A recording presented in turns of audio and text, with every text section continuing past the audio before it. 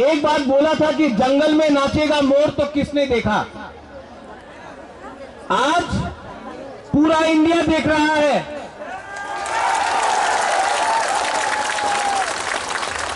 और मुझे बहुत अच्छा लग रहा है कि हमारे मित्र, हमारे दोस्त आज भी आए हैं इस मंच में। मैं थोड़ा इंट्रोडक्शन देना चाहता हूं, मैं इनको भी बताना चाहता हूं कि हमारा जो मूवमेंट है क्या है। त्रिपुरा एक ऐतिहासिक राजधानी है, एक ऐतिहासिक किंगडम था। 1949 में त्रिपुरा हिंदुस्तान का एक अटूट अंग बना। उस समय जो हमारे तिपरासा इंडिजिनस लोग थे, जो भूमि पुत्र हैं, वो 90% थे, संख्या हमारी थी, राज्य हमारा था और ये स्वाधीन त्रिपुरा कहा जाता था।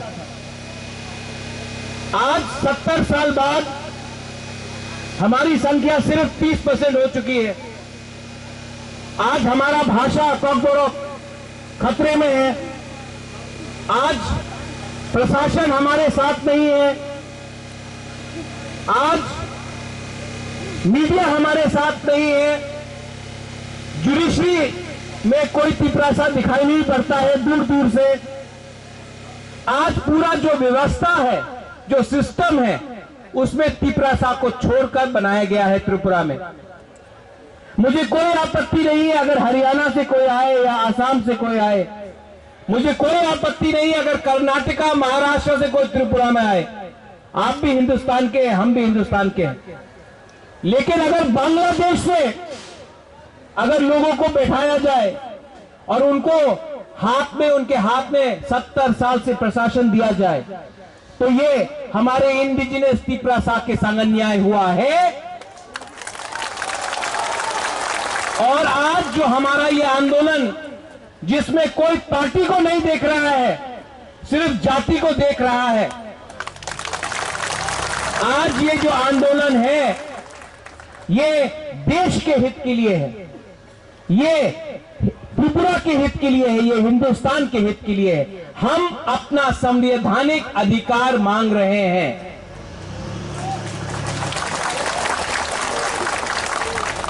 बहुत लोग कहते हैं कि आपने ये जो डिमांड किया है उसमें आप क्या चाहते हैं। आज यहां में हमारे संग मुनीश तमांग जी भी है। कहां है मुनीश? यहां में। गोरखा भी डिमांड कर रहा है अपने लिए राज्य। कोई बोल सकता है कि गोरखा देश के खिलाफ है। आज सबसे ज्यादा सेना में अगर कोई है तो वो हमारा गोरखा है। आज यहां में तिरंगा भी लहराया जा रहा है। ये आपको नॉर्थ ईस्ट में त्रिपुरा में सबसे ज्यादा दिखाई पड़ेगा। यहां में हमारे भाई हैं दीपेंद्र जी, मेरे संग बहुत पुराने समय तक हम लोग एक ही पार्टी में रहे। लेकिन जो दीपेंद्र जी है वो जाट है। जाट भी एकदम हमारे तिपरासा जैसा है, इमोशनल होता है। और जब जाट अपना माइंड मेकअप करता है, जब तिपरासा अपना माइंड मेकअप करता है, तो कोई भी इंडिया में हमें रोक नहीं सकता, क्योंकि हमारे अंदर एकता थानसा है। और आपने देखा होगा 1 साल तक दिल्ली को बंद करके रखा, लेकिन किसान का बिल इन्होंने वापस लिया। हमको भी सीखना चाहिए, हमको भी सीखना चाहिए इनसे कि जो वॉरियर लोग होते हैं ना, जो जमीन में राज करते हैं ना, जो झगड़ा कर सकते हैं, जो फाइट कर सकते हैं, उनके अंदर दिल बड़ा होना चाहिए। और यहां में इनका दिल बड़ा है, ये आए हैं। हमारे आसाम के एमपी आए हैं, शरण्या जी।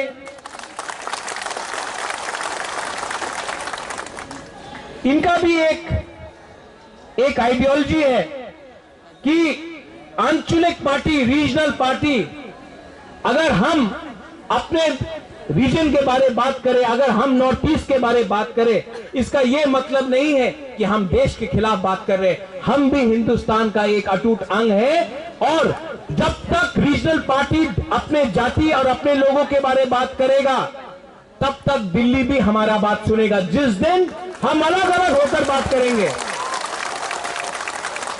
आज बहुत अच्छा लगता है कि यहां में एमपीज हैं जो त्रिपुरा के नहीं हैं।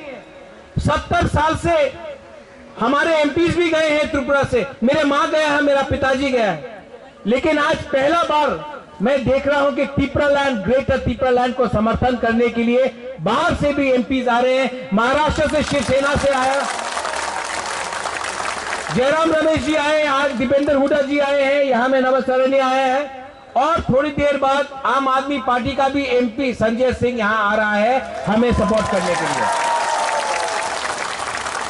मैं अभी अनुरोध करूंगा हमारे हरियाणा के एमपी और बहुत ही डायनामिक लीडर, जब वो अपना कमिटमेंट दे देता है तो खुद का भी नहीं सोचता है, वो कुछ शब्द बोले।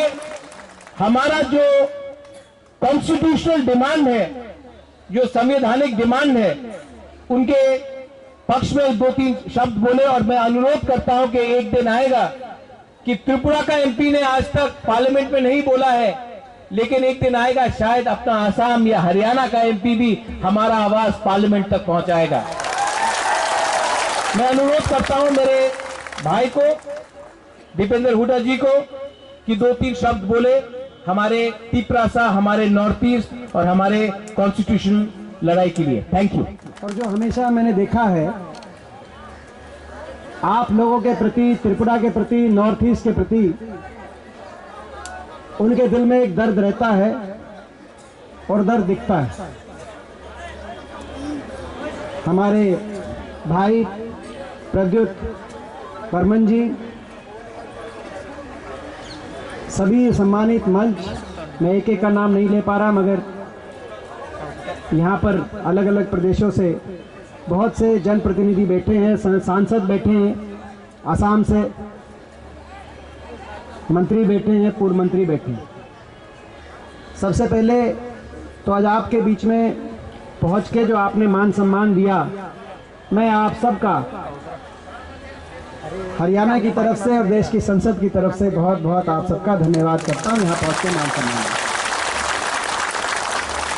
मैं कोई बहुत लंबी बात नहीं कहने आया, मैं आज आपकी बात सुनने के लिए यहाँ पे आया हूँ, ताकि आपकी बात सुन के सही जगह पे आपकी बात में पहुँचाने का प्रयास करें। मैं आप लोगों को अभिनंदन करना चाहता हूँ, क्योंकि मेरा भी लंबा तजुर्बा हो गया। 4थी बार देश की संसद में पहुंचने का मुझे अवसर मिला है और पिछले 16-17 साल से देश की संसद में मैं एक सदस्य हूं। और जब सांसद होते हैं तो तमाम राष्ट्रीय आंदोलन, जंतर मंतर से लेकर रामलीला ग्राउंड तक, रामलीला ग्राउंड से लेकर दिल्ली के बॉर्डर तक, जो सिंगू टिकरी बॉर्डर पे आप देख रहे हैं किसान आंदोलन, उन आंदोलनों में जाने का भी अवसर मिलता है, आंदोलनकारियों से बातचीत का भी अवसर मिलता है, उनकी बात को, भावना को समझने का भी अवसर मिलता है। मैं आप लोग का अभिनंदन करूंगा कि इतने लंबे मेरे राजनीतिक सफर में, 17 साल के सांसद के एक सफर में, मैंने आज तक कभी नॉर्थ ईस्ट का इस प्रकार का ज्वलंत, इतनी बड़ी हाजिरी के साथ कोई आंदोलन यहाँ जंतर मंतर पे या दिल्ली में, पूरे नॉर्थ ईस्ट का मैंने नहीं देखा है। तो आज इसी बात से अंदाजा लगाया जा सकता है, इसी बात से आकलन की जा सकती है कि आपकी क्या भावनाएं हैं। सही कहा कि हरियाणा का मिजाज और त्रिपुरा का मिजाज एक सा है, ये सही कहा। हमारा भी प्रदेश पहले जॉइंट पंजाब था, लेकिन एक लंबे संघर्ष के बाद, एक आंदोलन के बाद हरियाणा एक हिंदी मूवमेंट चली और हरियाणा प्रदेश अलग बना। और यह भी सही कहा कि कोई भी लक्ष्य हो, प्रजातंत्र के अंदर प्रजातांत्रिक रास्ते पे चल के संघर्ष और आंदोलन के बिना कोई भी लक्ष्य प्राप्त नहीं होता। और इस मौके पर जो उदाहरण दिया, मैं भी देश के अन्नदाता और किसान को नमन करता हूं, जिन्होंने पिछले 1 साल से जो आंदोलन चलाया, हम लोग भी उसमें शामिल थे। उस आंदोलन ने इतनी अहंकारी सरकार, दिल्ली की सरकार को झुकाने का काम किया और 3 कानून कृषि के सरकार को वापस लेने पड़े। वो तभी संभव हुआ जो एक संघर्ष हुआ, एक कुर्बानी हुई। तो आप लोग भी कर रहे हैं। आज मैंने सारी आपकी भावना को समझा है, देखा है, और मैं आपकी भावना को अपने पार्टी के शीर्ष नेतृत्व तक विस्तार से आपकी भावना को मैं पहुंचाने का काम करूंगा। और मेरा प्रयास रहेगा, जो ऐसी बात प्रद्युत जी के साथ बहुत पुराना एक नाता, एक रिश्ता है, ये संबंध बनाने और संबंध निभाने वाले व्यक्ति हैं। बहुत कम व्यक्ति राजनीतिक क्षेत्र में इस प्रकार से होते हैं, जो दिल से सम्मान एक दूसरे का करना और संबंध को निभाना जानते हैं। तो आपने जैसी आपकी जो उम्मीद है, पार्टी के शीर्ष नेतृत्व तक भी आपकी बात पहुंचाई जाएगी प्रद्युत जी, और संसद के अंदर भी आपकी आवाज पहुंचाई जाएगी। तो इन्हीं शब्दों के साथ मैं एक बार फिर आप सबका अभिनंदन करता हूं, और आज इतना जो आपने सबने मान सम्मान दिया, मैं धन्यवाद करता हूं। और कभी आवश्यकता पड़ी, आप कभी हरियाणा आए तो ये जो आज मान सम्मान मिला है, इस मान सम्मान को दुगना करके हरियाणा के अंदर आपको देने का हम काम करेंगे। धन्यवाद। जय हिंद।